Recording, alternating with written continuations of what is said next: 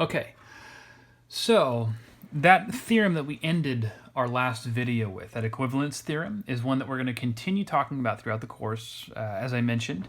And even though there's only 4 statements in that equivalence theorem, we're going to be adding more and more statements to that throughout the course. It becomes a very, very long list, it turns out. But right away, we have a really, really useful application of that.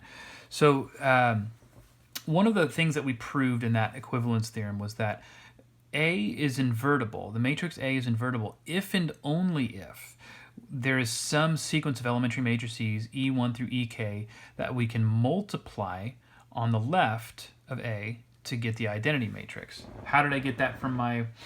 how are we getting that from our equivalence theorem? Well, property C said that A is invertible if and only if the reduced row echelon form of A is the identity, which means if we do Gauss-Jordan on A, which is to perform a sequence of row operations on A, we can get I. But elementary row operations can be performed on A alternatively by multiplying by the correct sequence of elementary matrices. So that's what's establishing this. Now, if we can do this, because we know that A would then be invertible, I can now use the inverse of A. If I multiplied on the right of both sides of this equation by A inverse, on the left-hand side, I times A inverse would just be A inverse.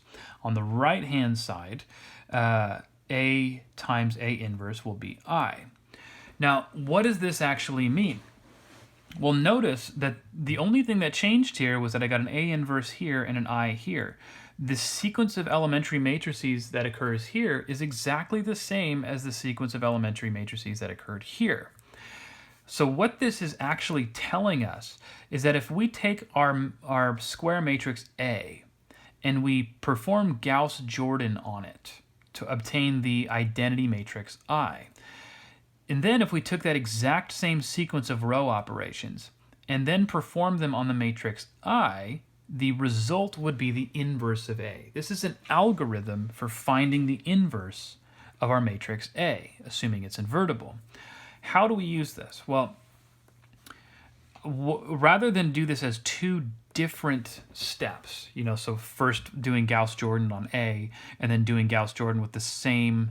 It actually wouldn't be Gauss-Jordan anymore, but doing the same row operations on I as 2 separate steps, we take the matrix A and the matrix I and we put them into the same matrix. We create a partitioned matrix here where A is showing up on the left, I, our identity matrix, is showing up on the right. And then what I do is I perform Gauss-Jordan on this larger matrix, which will reduce A to the identity matrix. But because I'm performing all of the same row operations on the identity matrix as well, that will produce the inverse of A on the right-hand side here. I call it B, but B will equal A inverse. Okay, so here's a worked out example to illustrate how this is going to go. I want to find the inverse of this 3x3 matrix or show that it's singular. And we didn't talk about how this would imply how this method would show that this matrix is singular, but I'm going to come back and talk about that in a moment. So here's my partitioned matrix. I put a line through so I could separate the matrix that we're given from the identity matrix. But notice here's my 3x3 showing up here. I put my 3x3 identity matrix on the right.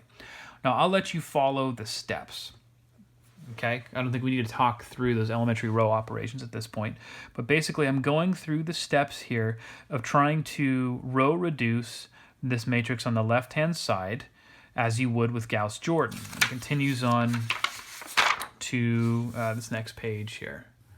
Okay, ultimately what I end up with is an identity matrix on the left-hand side, because that's what Gauss-Jordan should do if that matrix was invertible in the first place.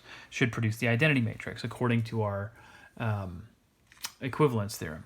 What I'm left with on the right side, according to what we had just discussed, should be the inverse of my matrix A. And so I extract that, and then that's my inverse of A.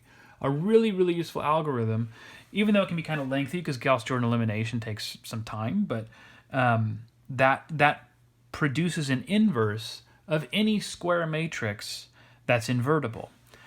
Okay, but let's go back to that question of or show that it's singular. This matrix turned out to not be singular because I was able to find an inverse.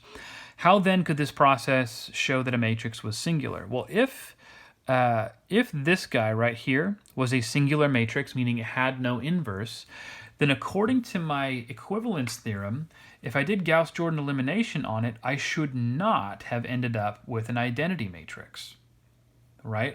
I wouldn't have ended up with an identity matrix because that would have implied that it's invertible. So what then would happen?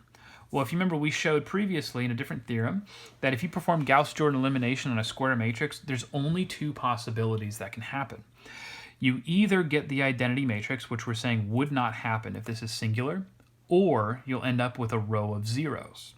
So what that means is that if I did all of this work doing Gauss-Jordan elimination, and if I ended up with a row of zeros anywhere, then I could stop there and say, okay, that would mean that this is not an invertible matrix. And regardless of what's showing up over here, this guy would not have an inverse. And so I could just say, it's singular, move on. Okay? That's going to be it for 1.5.